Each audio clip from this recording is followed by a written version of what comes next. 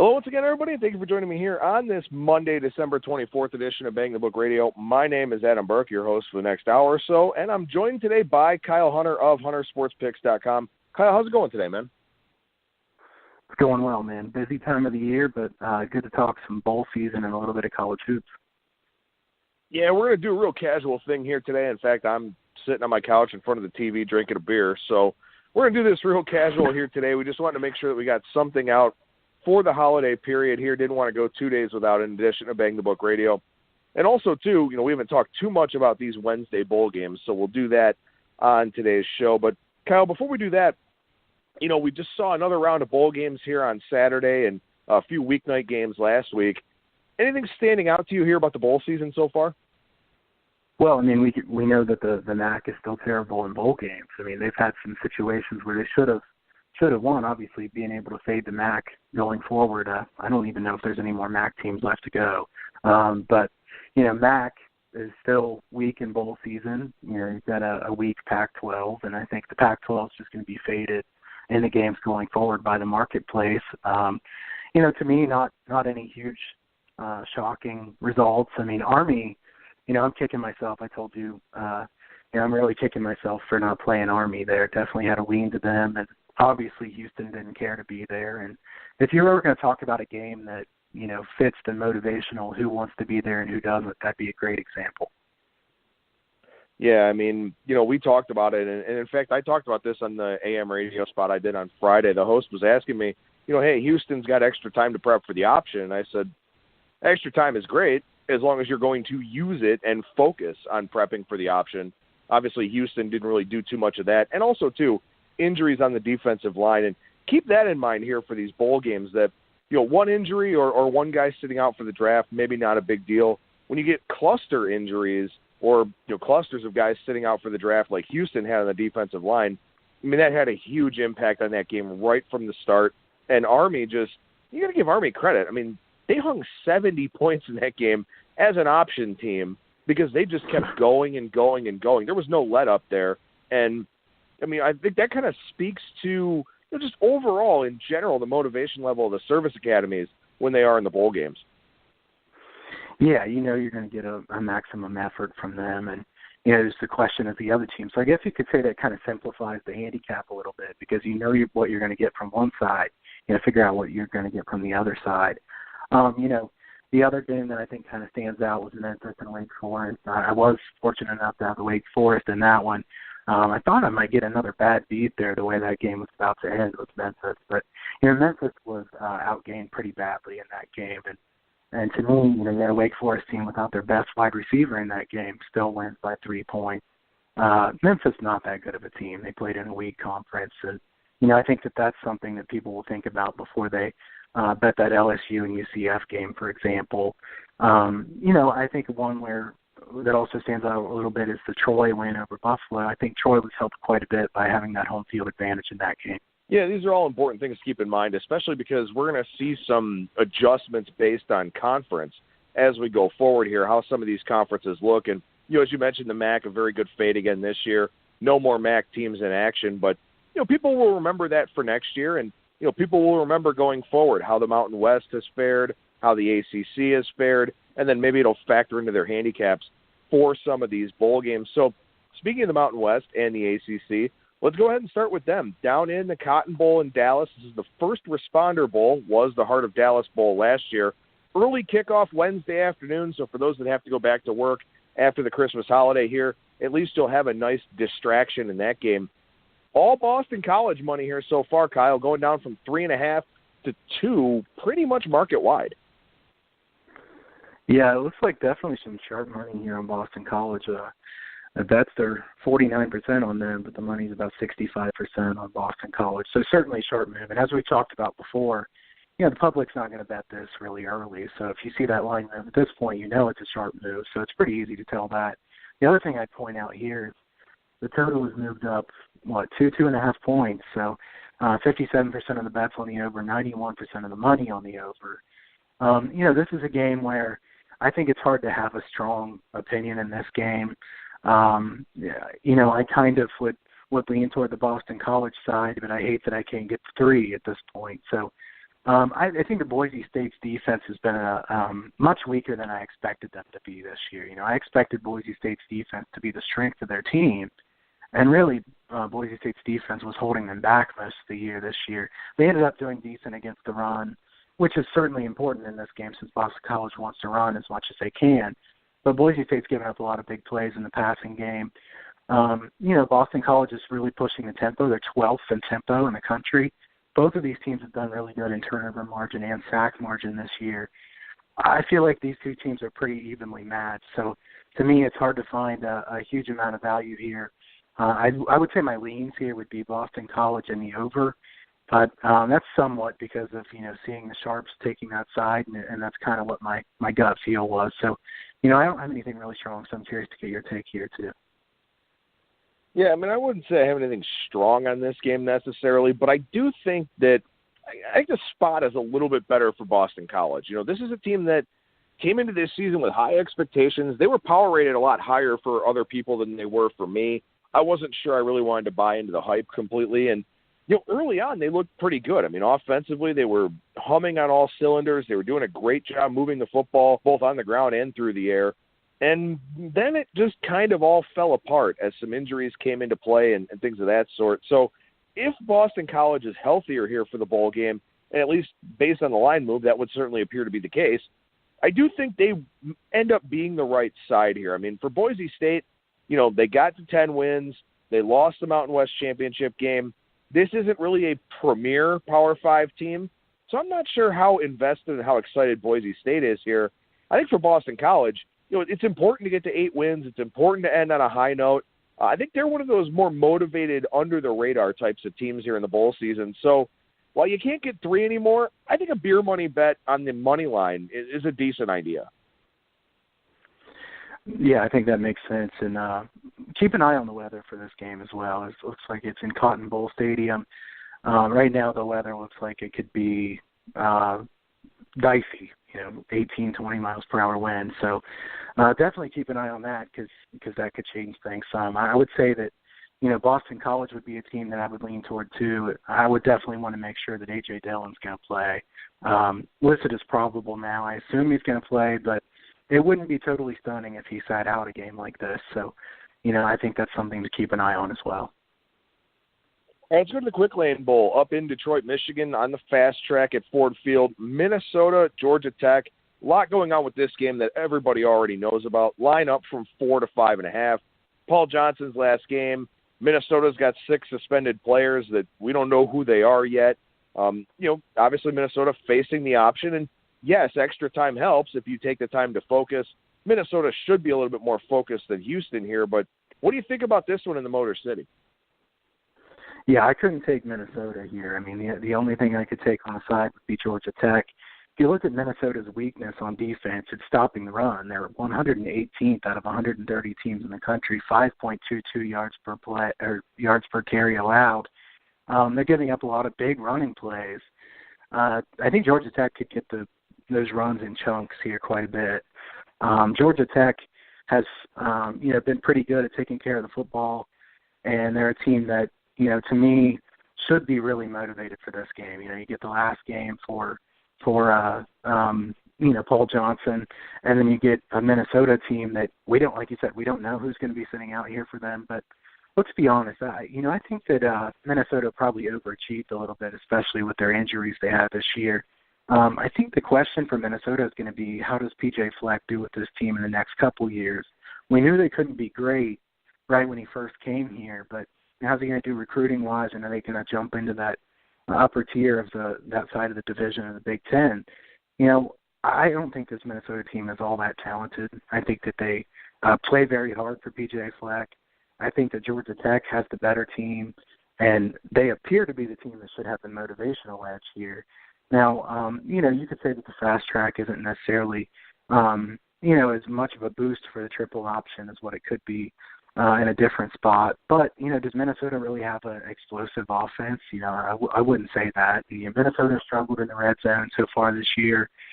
I think that Minnesota will have a hard time stopping Georgia Tech. So then as far as the total, the question is, what do you like there? Well, I would have to lean to the over, but I don't know who's going to be missing for Minnesota. So, until I know who's not going to be playing for Minnesota, I couldn't take the over. So certainly my strongest lean here is Georgia Tech.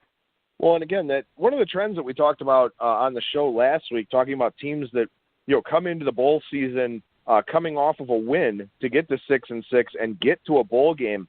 Minnesota is one of those teams. Did beat Wisconsin to get bowl eligible. I believe that angle is 1-1 against the spread here so far this year. Wake Forest picked up a win and cover, and Toledo lost outright as a favorite there against FIU. But that trend is 42-22 now over the last 64 games with teams that pick up a sixth win and then go on into a bowl game. The problem here for Minnesota, a couple of problems. One, as you mentioned, they're just not very talented. They're not very good. They're not very explosive. They have problems stopping the run. You've got the Paul Johnson angle. But also, too, and I talked about this on last week's show, and obviously this played a part in Army's blowout in the Armed Forces Bowl, is that you better be efficient on offense. When you're going up against an option and getting a limited number of possessions, for Minnesota here this year, 18 touchdowns against 14 picks, not an efficient offense at all. I think that really hurts them here in this game. Yeah, I agree. Minnesota's offense is very inconsistent. And like you said, you better be really efficient on offense, especially if you don't have a really good defense. And Minnesota certainly doesn't have a really good defense. They were 101st in yards per play allowed in the country. It's really pretty amazing that Minnesota did as well as they did this year, considering you look at all their stats. They're a team that, you'd be a little bit surprised if you look at their stats that they even got to a bowl game. So like I said, I think Minnesota overachieved to get to this point. I think Georgia Tech should be supremely motivated for this game. Out to the desert for the Cheez-It Bowl then. TCU and Cal. Cal up from pick to a 1-point favorite. Not a whole lot of movement in this game. Really doesn't seem to be that much interest in this game overall, to be totally honest with you. TCU, one of those teams that did win to get a sixth win and go into the bowl game on a little bit of a win streak there. Has actually won 2 in a row to get to the postseason, which was kind of surprising. I think a lot of us kind of looked at this TCU team and we're sort of wondering if they'd want to keep playing here. Turns out that they did, but quarterback Sean Robinson didn't want to keep playing. He transferred out to Missouri, so TCU going to look a little bit different on offense here in this game. Good coaching matchup, but outside of that, I don't see a ton of intrigue to this game. Yeah, I think it makes sense that nobody's too excited for this game. You've got a TCU team that certainly has been disappointing this year, and you've got a Cal team that, obviously the Pac-12 is no good. Everybody knows that. And TCU, their offense is going to look a little bit different, but they really weren't very good at offense. I think the most intriguing thing about this game to me is the total sitting at 38.5. The other thing, which we've pointed out multiple times before on these segments, is look at what Bovada is doing here. Bovada has a 38. So obviously this is a public under. You have 61% of the bets on the under, which is pretty rare. You don't see that very often. You're hanging a 38 in a bowl game. And I read a stat the other day. I believe it was 40 of the last 46 games in bowl season have had at least 43 points in them. This is the time of the year where we're going to get a lot of trick plays, gadget plays thrown in. They're going to try everything. Now, I can't say too much positive about either offense here, but I can tell you that both of these teams have turned the ball over a lot this year. If you look at what they've done this year, TCU with 22 turnovers, 26 turnovers. That's 98th and 121st out of 130 teams. So you've got two really bad offenses as far as turning it over. Cal has had serious trouble with turnovers and pick sixes and things of that sort. So it wouldn't be shocking in this game if you get a couple touchdowns from the defense. And obviously, if you have a total of 38 or 38.5, if you get some defensive scores or really good field position from things like that or special teams, then it's really hard to stay under that low of a number. Yeah, I think this is one of those, we talk about this a lot with Brad Powers on the show. When you get these historical outlier types of numbers, you're kind of hard-pressed not to go against them. I think it's one of those things where if you do play the total in this game, there's no equity, there's no value in the under. I know both of these teams played a lot of low-scoring games down the stretch, but still, there's an unfamiliarity angle here. There's, obviously for TCU, who knows what their offense is going to look like with a new quarterback and some different things going on. So maybe they're a little bit more freewheeling. Maybe they're a little bit different. Maybe Cal not as prepared for that. Look, you look at what happened in the Bahamas Bowl, and I hate to bring this up for you here right away, but for FIU, no James Morgan, and I think Toledo was a little bit unsure of what to expect. I imagine Cal's in the same boat here without Sean Robinson for TCU, so this is a little bit of a higher scoring game. Yeah. I mean, thanks a lot for bringing up the Bahamas Bowl. I mean, this is almost Christmas. You really have to ruin my mood here. I don't think I'm going to pick a Bahamas Bowl again for a while. I had Western Kentucky a few years ago and then had under 64 this year. I was just starting to get over that now. But, I mean, seriously, Cal and TCU, I mean, it's one of those games where it doesn't make sense to some people, but you could say, I think both of us would agree on this. If this game finishes 10-7, it certainly wouldn't be shocking. But at the same time, does that make the under the right play? And I think the answer is no. I mean, some people wouldn't understand that, just long term, if you're playing unders at 38 in college football games, you're not going to do well. So while we know that this game could be really low scoring, it's one of those things that you can't take it. If I had to take a side here, I'd probably take TCU. I like Patterson, having been in these spots before, and obviously fading the Pac-12. So I would slightly lean toward TCU, and I lean to the over also. Yeah, I think TCU would be the side for me too, specifically, as you said, to fade the Pac-12 because they've given us plenty of reasons to do that here already this bowl season. Let's go to Thursday, the Walk-Ons Independence Bowl, Duke and Temple down in Shreveport. Temple 3.5-point favorite. I think there were some 4.5s out there the last time I looked at this game sometime last week, and not really a big surprise, in my opinion, to see Duke money coming in. I mean, just such a big coaching advantage for the Blue Devils. Yeah, big coaching advantage here. I think Daniel Jones is going to play here. I know there was some questions about that, and that's one of the reasons I didn't fire when I saw it at 4.5. Duke's best linebacker, Joe Giles Harris, is questionable here with a knee injury. Certainly something you want to keep an eye on. This is too big of a coaching mismatch for me to not like Duke, at least some here. Duke also comes into this game just getting absolutely waxed in their last game. And you could say, well, is that really a good thing or a bad thing? To me, it's probably a good thing. David Cutcliffe's a tremendous coach. He's had a ton of success in bowl season. I think he's 8-2 in his last 10 ATS in bowl season. This is a really, really good coach. I don't think anybody can take away anything from what David Cutcliffe's done with his Duke program. Temple, what's their motivation level here with their coach leaving? I know they know who their coach is going to be next, but they have an interim coach for this game. What's that mean for them? I certainly wouldn't want to lay points with Temple here. Duke has played a pretty good schedule throughout the course of the season. Duke is very good as an underdog. You can get some tremendous angles just looking at underdog under David Cutcliffe, and actually also taking them on the money line when they're the underdog has made a lot of sense. And in my opinion, if you take Duke plus 3.5, you should have part of that bet be on the money line as well. Yeah, I agree. I think this is a good spot to sprinkle the money line. And, I think, too, you look at Temple and you look at their body of work, and the win over Cincinnati is impressive, and Maryland at times looked like a pretty decent team, but just not overly impressive. The only game where they got any kind of margin was against UConn, and we all know UConn. You and I talked about UConn a lot during the season, having one of the worst defenses ever in college football. So I feel like this Temple team, I think Duke is a solid defensive unit. I think Duke's a pretty good offensive team too. And I think the AAC was just down a fair amount this year with, Memphis having some transition, Houston obviously having transition. You had, obviously, UCF did what they did, but I just feel like the AAC was just such an imbalanced conference this year that I don't really love Temple and the spot that they're in here coming into this game. Yeah, and both of these teams play pretty quickly, so it's a little bit surprising to see so much love for the under, but at the same time, both of these teams are good on defense. Temple's 6th in the nation in yards per play allowed. Now, part of that is because of who they played against. Let's be honest, they're not the 6th best defense in the country, but things that Temple would have going for them here, they've been a lot better taking care of the football. Duke's -6 in turnover margin.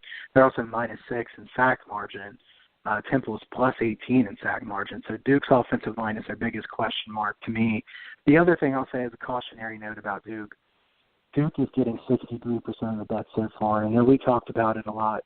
I think it's, a couple weeks ago now. Treating the public in bowl season has been a great move, and I'm pretty sure Duke's going to be the public side as well as the sharp side here. So kind of a mixed bag there. I still say I would like Duke, and obviously the public's going to be right some of the time, but it's just something to keep in mind.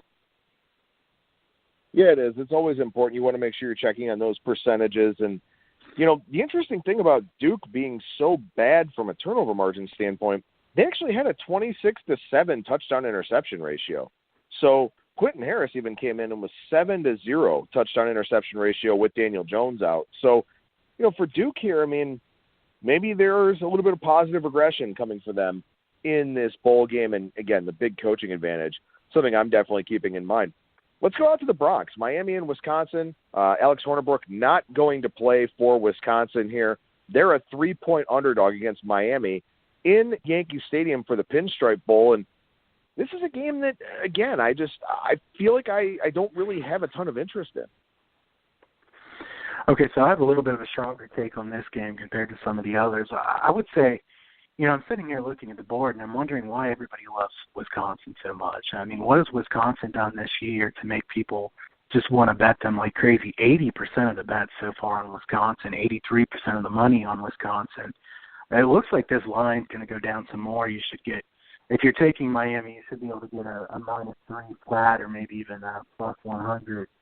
I don't think it'll probably go down to 2.5. I think if it does go down to 2.5, it wouldn't be there for very long. Having said all this, I mean, like I said, what has Wisconsin done this year?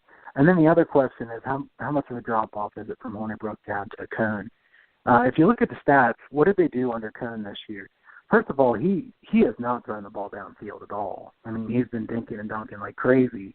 I'm not sure that's going to work very well against this Miami defense. Say what you will about Miami's offense. The Miami defense is good. They're really good. Third in the country in yards per play allowed, 11th against the run. I mean, obviously Wisconsin should be able to get some yards running, but if you don't respect the passing game much at all, especially no downfield passing threat, then I think it's harder to run the football too. So I would assume that some of the angle here for why Wisconsin's catching running is because people want to fade Miami in a cold weather game. I think that's certainly, something to consider, but I think there are a lot of negatives here for Wisconsin as well.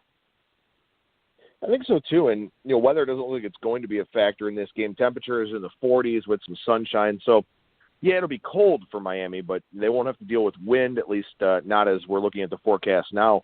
But I think another part of it too here is that Miami the last 2 years when they've stepped up in class, it hasn't been a good look for them.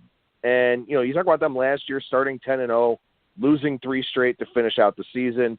You look at their body of work this year. Yeah, they got that win over Pitt in the finale, but Pitt had legitimately nothing to play for prior to the ACC championship game. So I think part of this is people wanting to fade Miami because when they've played a decent team, they haven't really shown well. The thing is, I don't think Wisconsin's all that good. I mean, obviously Taylor's a very good running back, but outside of that, I don't think that Wisconsin has anything else really. They're not as good defensively as they've been in the past. Their passing game is a joke. I think this is set up for Miami to maybe have some success and kind of beat a name opponent.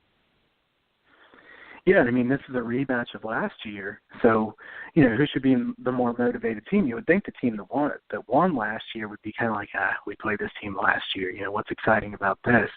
Where the team that lost should be excited for a rematch. You would think that Miami would be the more motivated team. Now, I will say, like you said, Miami has not done very well when they step up in class.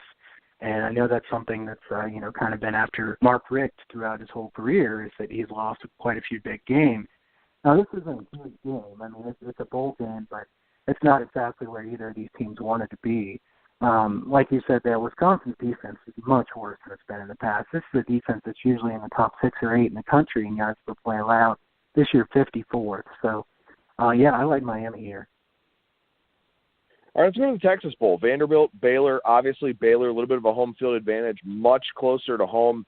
Their fans should show up. Vanderbilt doesn't even get a ton of fans in Nashville, so I doubt their fans really show up for this one. Vanderbilt is a 4-point favorite, even with some of that home field likely factored into the equation here for Baylor. Any thoughts on the late game here on Thursday night? This is a difficult one. I would say my lean here is to the over. To me, Vanderbilt's getting 66% of the bets so far, but 53% of the money is on Baylor, so that's something to keep in mind. We'll see. I mean, is Vanderbilt going to be the public side here? It's hard for me to predict what the public's actually going to like in a game like this because we don't have one side that's really been a good team for the past few years. Neither of these teams have been really very good. I think I would lean toward Baylor in this game, to be totally honest, just because I think they have a coaching advantage and the catching points. So especially if the public continues to like Vanderbilt here, I think I would lean toward Baylor. But neither one of these teams are very good. I don't think we could talk up either one of these teams and say, here's a strong reason to like this team. I think that more than anything else, I'd be saying, does Vanderbilt really deserve to be laying 4 points? So, if the answer is no to that, then I have to lean the other way, regardless of what I think about the other team. And if the other team, as in this case, Baylor is well coached, and I certainly think they are, then I would lean toward them plus the points. Yeah, I think your thought process makes a lot of sense on this game. Both of these teams falling into that criteria of winning the 6th game in the regular season finale to get to this point. And also, too, both of these teams should be sufficiently motivated and excited to go to a bowl game. I mean, for Baylor, obviously all the turmoil and transition from the Art Briles era and, a terrible year last year in Matt Rule's first year when they were changing the culture, changing all the schemes, everything like that. And then for Vanderbilt, I mean, going to a bowl game for Vanderbilt is a very successful season for Derek Mason. Tough place to recruit, no home field advantage. You're in the SEC. Getting 6 wins is an impressive piece of work there for the Commodores. So both of these teams should be good to go. And I think, maybe this game doesn't have a whole lot of betting appeal, but at least we're going to get a good effort from both of these teams on Thursday night. So if you're looking for something to watch, I mean, you could do a lot worse than that game. Yeah, I agree. I think both teams should care about this game. And, I mean, as much as I know you had Army yesterday, and it's great to have a good edge when it comes to motivational edges, but that game was no fun to watch after a while because you could tell what was going to happen the rest of the way. I think that this game, like you said, there should be both teams playing hard. One thing I would point out that gives me pause about the over here, I would lean toward the over. Both of these teams have been really bad in the red zone, 122nd and 125th in red zone scoring percentage. So these are two teams that have not been able to convert on third down in the red zone. They've turned it over in the red zone. So, I would think this looks like it should be a close game. I don't think Vanderbilt's that good of a team. So, although I slightly lean to the over, maybe I lean to the Baylor side a little bit more. One more college football game to talk about, then I'll spend a little time on college hoops to wrap up this Christmas Eve edition of Bang the Book Radio. The Music City Bowl, Purdue and Auburn in Nashville, so both fan bases should show up a little bit for this game. But then again, you kind of wonder how mobilized and excited this Auburn fan base is. 7-5 year, some whispers about Gus Malzahn. Malzahn, agreeing to a revised contract here over the over the bowl prep period, which is kind of weird. So Auburn's in kind of a strange type of spot, whereas Purdue knows that Jeff Brom is going to be the head coach for next year. So you and I were talking about this a little bit before we started recording, sort of speculating, that was 3.5-4 weeks ago now that Jeff Brom said that he wasn't going to take the Louisville job, that he was going to stay at Purdue. You kind of wonder how much of an impact that actually has in this game. But I think you've got a pretty strong angle in terms of looking at Auburn here for this one as well. Well, if you're taking this game and you're laying the points with Auburn, you better know that they have some reason to play and be pumped up for this game. And I don't know of that. So, unless you have some kind of inside knowledge that Auburn is ready for this game, I think it's hard to say, just looking at it, why Auburn would be really hyped up for this game. Auburn certainly didn't expect to be here. Preseason where they were rated, they were not expected to be in this bowl game. And, Purdue, they have to be happy to be here. Purdue is in a turnaround, and they lost a ton from their defense last year. And, with good coordinators and a really good head coach, Purdue has gotten back here despite the fact that they lost some really tough games this year. Obviously, they had the big win over Ohio State. They lost that triple overtime game against Wisconsin. lost a close one to Eastern Michigan, lost a close one to Northwestern. This Purdue team could have had a far better record than they did. I think they're better than their record would indicate. Both of these teams have played a tough schedule. The only way I could bet this game on the side is Purdue. The only question is, if Auburn is motivated for this game, Auburn has a higher talent level than Purdue does at this point. So that's the downside to taking this one. I imagine that Purdue will probably end up being the public side here. It has been the sharp side already. Although that was a little bit hard for me to say. It's 51% of the bets so far on Purdue, 70% of the money. I guess I'll ask you, Adam, who do you think the public will take in this game?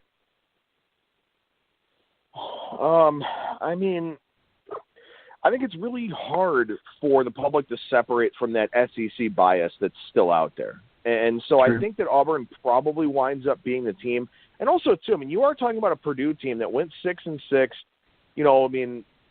They had the win over Ohio State, and obviously the game that kept Ohio State out of the playoff. But aside from that, not really a very impressive resume from Purdue this year. And I think a lot of people are going to look at that Ohio State game and say, well, maybe that was just the outlier. This team's actually not that good. And you look at it down the stretch. They did lose 3 of their last 5 games coming out of that Ohio State game, including a blowout loss at Minnesota, which, obviously that doesn't look very good at this point in time.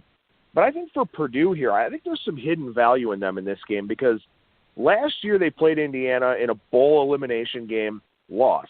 This year they played Indiana in a bowl elimination game and won. So last year they came so close to a bowl game, didn't get there. This time around they are there. I think they are sufficiently motivated. And I just feel like for Auburn, Auburn's one of those teams, they expect to play an Ohio State, or they expect to be in the college football playoff, or they expect to play a Michigan, somebody like that. They don't expect to play Purdue, in the Music City Bowl with an early kickoff on a Friday afternoon. That's not where they're supposed to be. And I feel like that's going to really hurt them motivationally in this game. Yeah, I can't disagree with that. I like Purdue here, and I think if you take Purdue, this is one of the spots where you'd want to sprinkle some on the money line as well. As far as the total, I'll say that I think you have to lean toward the over in this one. And I think that Auburn wants to play faster. Everything that you've read that Malzahn has said, he talks about the fact that, they didn't play fast enough this year. They need to get the tempo going and string together some drives and speed up the pace. Purdue obviously likes to play quickly. And Purdue's defense isn't as good this year. They're 79th in yards per play allowed. I would think that both teams would open it up here. You've got a fairly low total as long as the weather's okay. I like the over at least somewhat as well. So I would lean toward Purdue's side and the over. All right, let's transition over to the college basketball side of things here and talk about that for a few minutes. And the first thing I want to ask you about, Kyle, we've been talking all along here over the last couple of weeks about, finals week, Christmas breaks, all that type of stuff here. A lot of these schools, with a significant number of distractions, and we don't have a whole lot of games coming up here over the next few days, but this is a really strange period in college basketball because teams may play 1 or 2 more non-conference games to wrap up 2018, and then just about everybody hits conference play the first week of January. So do you find some good situational betting angles as a result? Tends to be the under does better in this time of the year, and I think that probably makes sense when you think about, some difficult spots and teams that may be a little bit less motivated than they would sometimes. You find some sloppy games is the way I'd say it. And if you look at the past week, the under is 158 and 117, so you got 57.5% unders. We talked about before that, you can get some bad spots for the home teams. It's about 50-50 here in the last week, but long term, that's going to be something that, I would look for. Favorites have done pretty well here in the last week. I would say, this is a good time to look for situational betting spots, try to find spots where maybe even you like to take a team on the money line that's a decent size underdog, because there are going to be some big upsets where, later when we look back on it later this season, we're going to say, that was that team's really bad game. Everybody's going to have one really bad performance, at least one. And I think that happens more often than not during this time of the year. So I would say looking for some of those money line upsets and, taking half the bet on the spread, maybe taking half of it on the money line makes sense this time of the year. I also think that you need to keep an eye on these little tournaments that are going on also as well. Now, when you have the days of back-to-back games, the second day of that back-to-back, the under does well. So that's something to keep in mind as you go forward that, the first day probably plays out pretty straight. The second day, you like to take the under. And I will say I know the marketplace knows that. So if you're wanting to take an under in the second day, you'd rather bet it early than late. Well, and something else I think is really important to point out here as we head on into Friday when we get a pretty decent-sized college basketball card and then a pretty good one on Saturday as well. When you look at Friday, the Summit, the Colonial, and then there's one, and then the Horizon all begin conference play.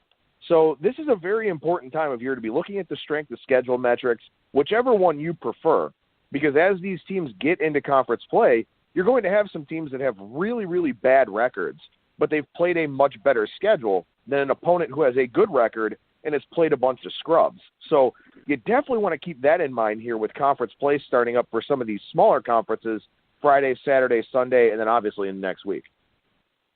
I think that's a great point. I think it's a really strong point. I mean, because the record matters little, when you start conference play. It matters more who you played.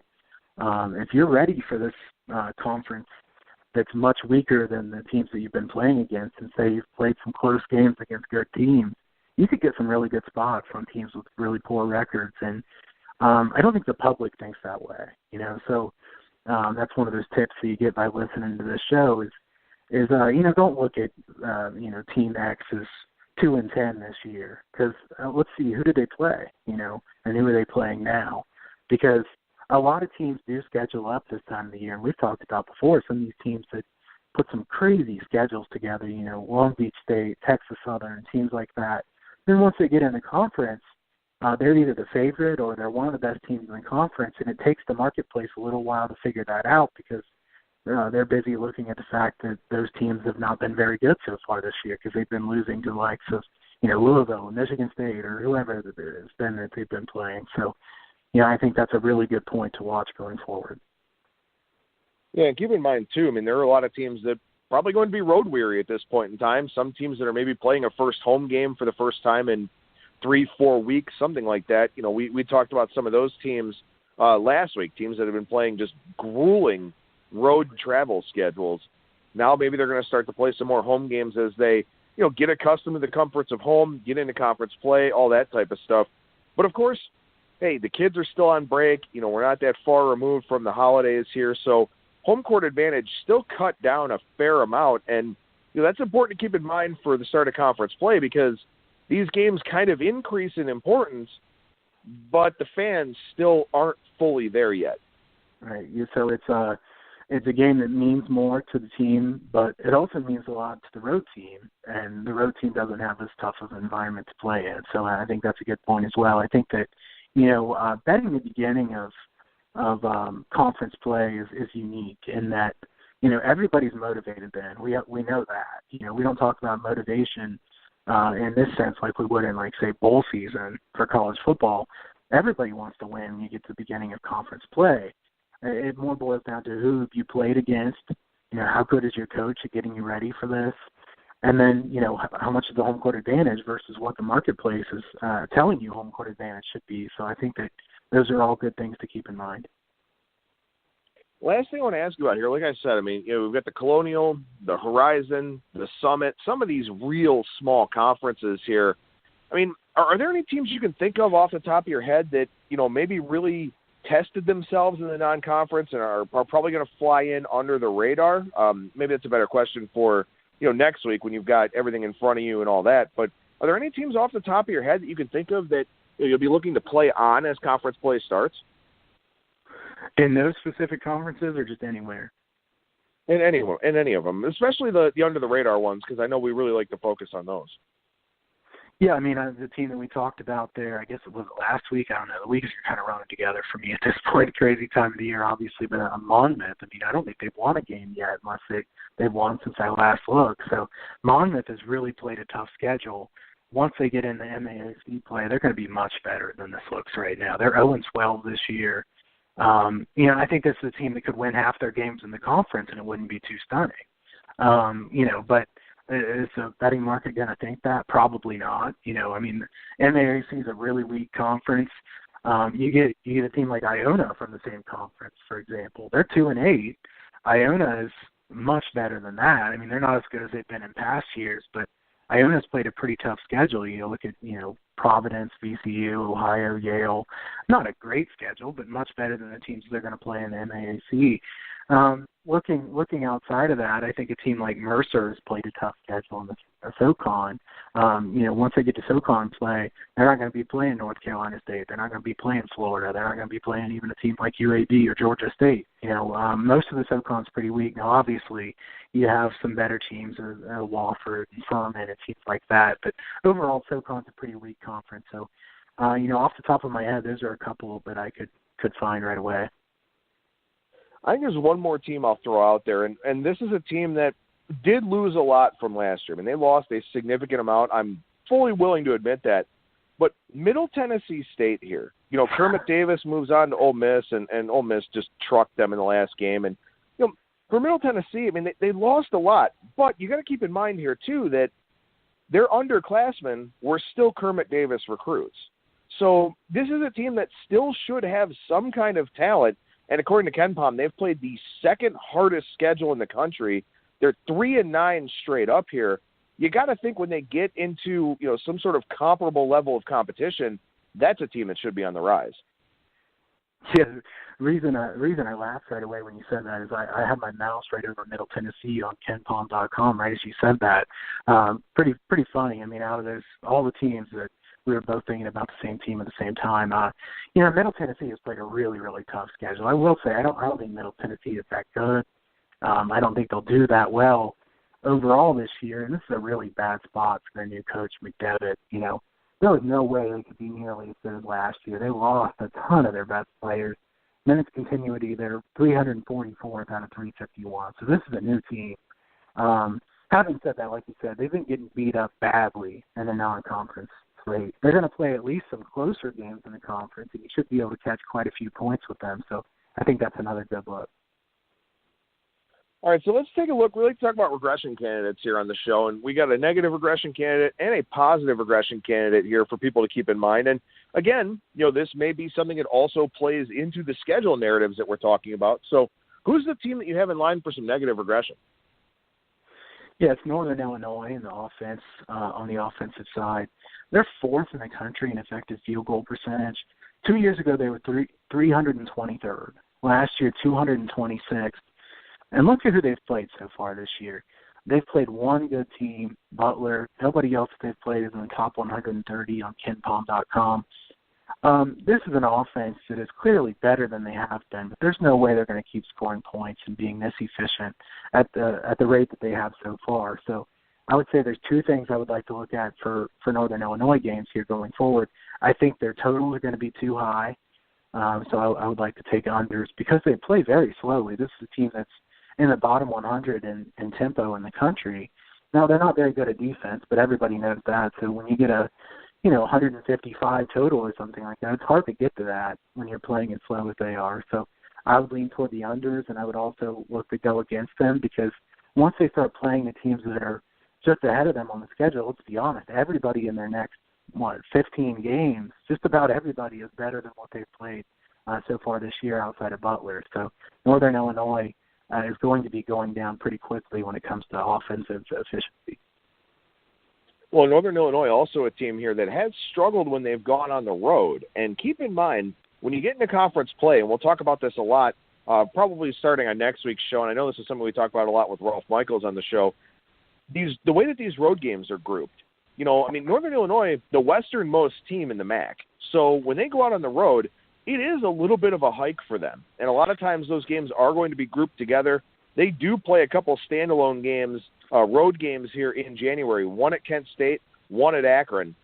Decent travel for them coming from DeKalb. So that's important to keep in mind, too, is that, while the travel schedules for the non-conference can be all over the map and sort of all over the place, a lot of times these road games are grouped in conference play, and that can be something that can hurt a team and really, cause their numbers to regress quickly because Northern Illinois has played a lot of home games. They're very comfortable, shooting backdrop, they know, all that kind of stuff.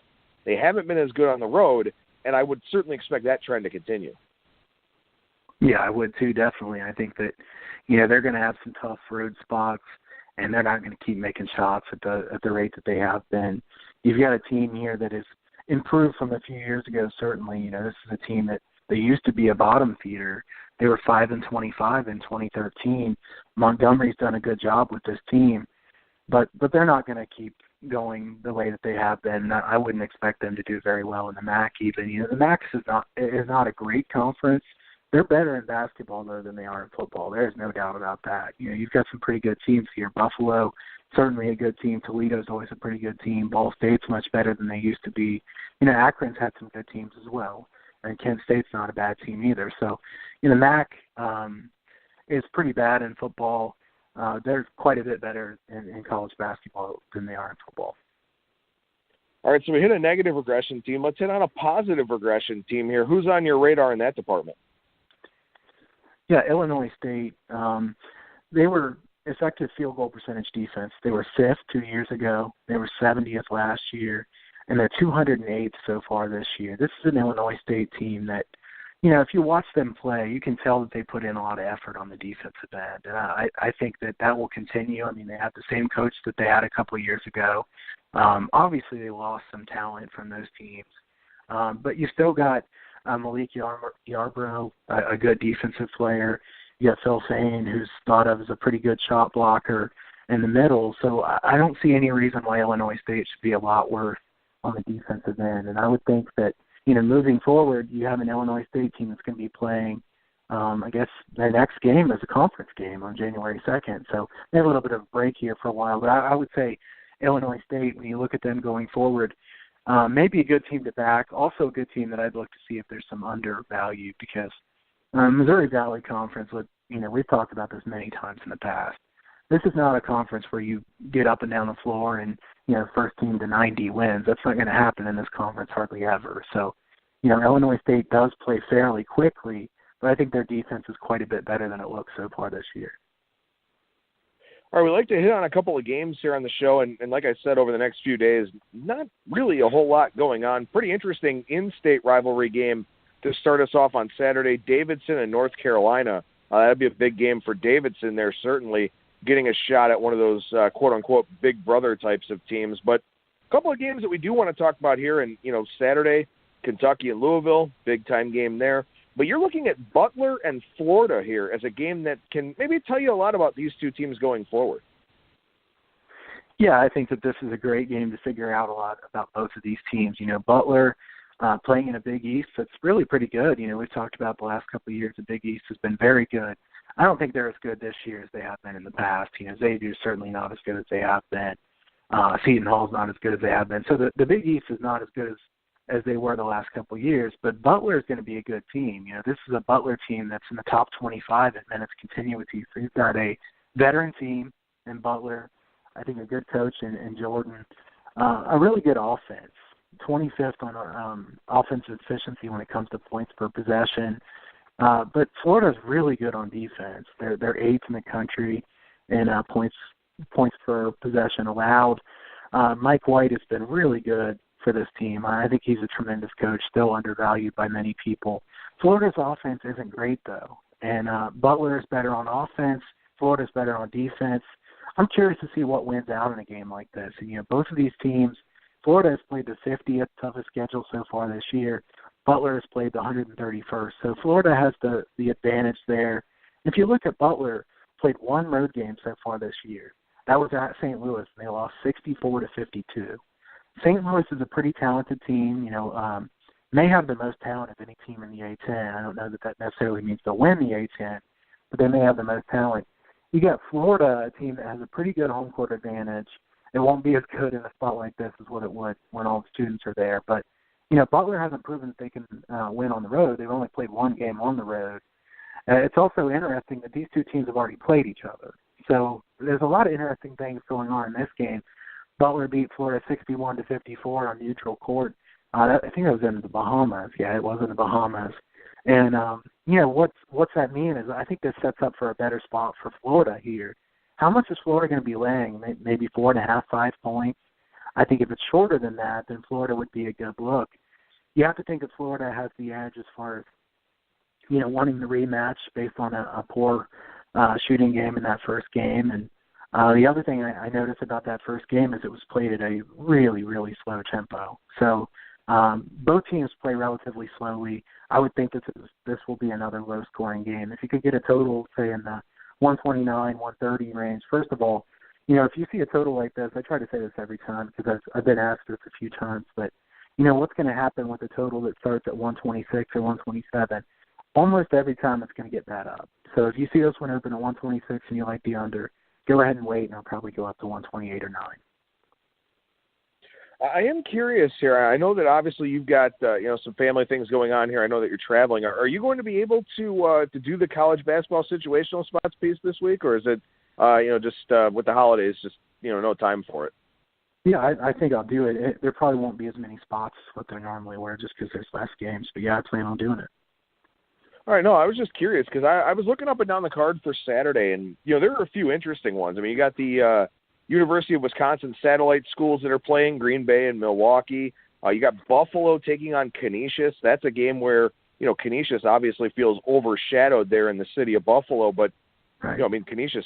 I mean, it's not like they're a good team by any means, but Buffalo coming off of Syracuse and Marquette, and then getting into conference play right after Canisius. Maybe that's a little bit of a spot.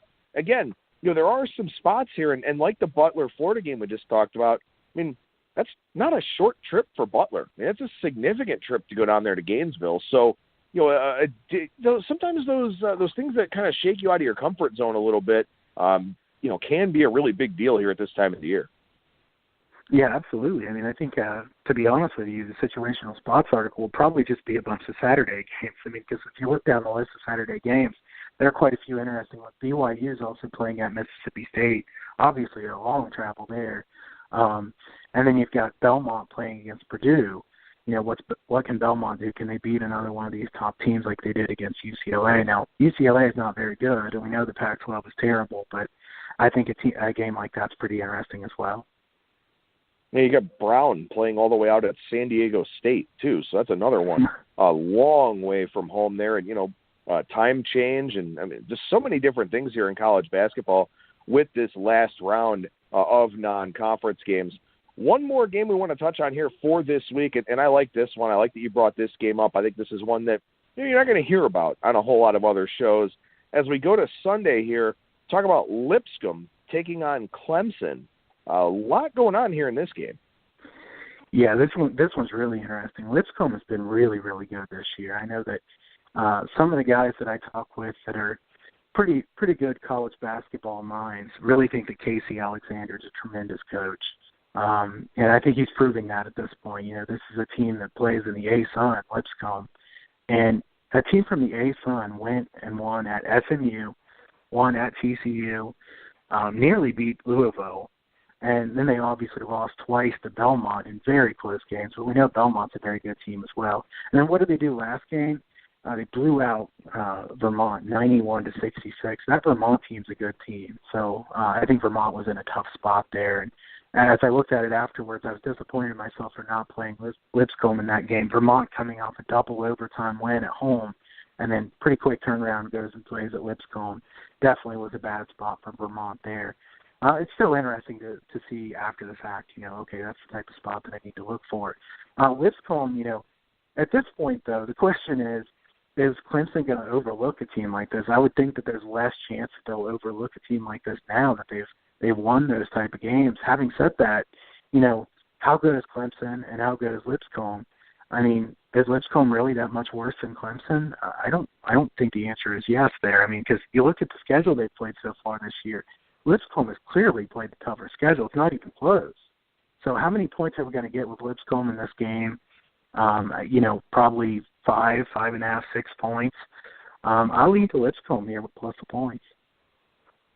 Well, I know, too. I mean, this is something we can talk about once we get into conference play a little bit more, but I know that you've had some questions about Clemson and the coaching and, this team actually playing up to its potential because it feels like it just hasn't happened, and that makes games like this very dangerous for those types of teams.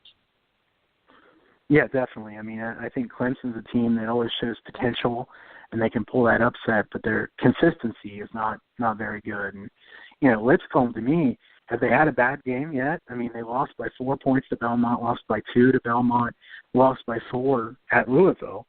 So, I mean, if you're getting 5 or 6 points here with Lipscomb, I would think you'd at least get 5 points. So, you know, I'm curious to see what this line comes out at, but I certainly lean to Lipscomb. And I will say that this is one of those games that will be an added game, so the line will likely not be out as early as most of the other games. Well, we'll wrap things up here on this Monday edition of Bang the Book Radio. First, by wishing everybody out there Merry Christmas and a Happy Holidays. Again, wanted to make sure that we got something out here for you on Monday, so we didn't go 2 full days without a show. And Kyle, I certainly thank you and your family for making this work here. But also, I didn't mention at the top of the show, don't forget about that Bang the Book promo code over at DSI Sportsbook, BTB and the number 200, 100% deposit match bonus for the Sportsbook, 100% deposit match bonus for the live casino as well. And Kyle, we'll wrap things up here by you telling us what's going on over at HunterSportsPicks.com. Yeah, I mean, I started well in college basketball, 31-16 so far this year in college basketball. So I lowered the price for the college basketball season pass. You can check that out over there at HunterSportsPicks.com. But I didn't really want to have a long plug here for this week. I just wanted to tell everybody a Merry Christmas, Happy Holidays to everybody, whatever you're celebrating. I hope you have a really good time with friends and family, and thanks for tuning in to Bang the Book. Well, Merry Christmas to you and yours, brother. Safe travels with where you're going, and we'll talk to you again next week.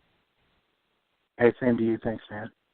There you go. There's Kyle Hunter. You can find his work over at HunterSportsPicks.com and at Kyle Hunter Picks on Twitter. No show on Tuesday with the Christmas holiday. We'll be back on Wednesday, more than likely with Brian Leonard and also Wes Reynolds. That'll do it for me. Thank you so much for listening, everybody, and I will talk to you again on Wednesday.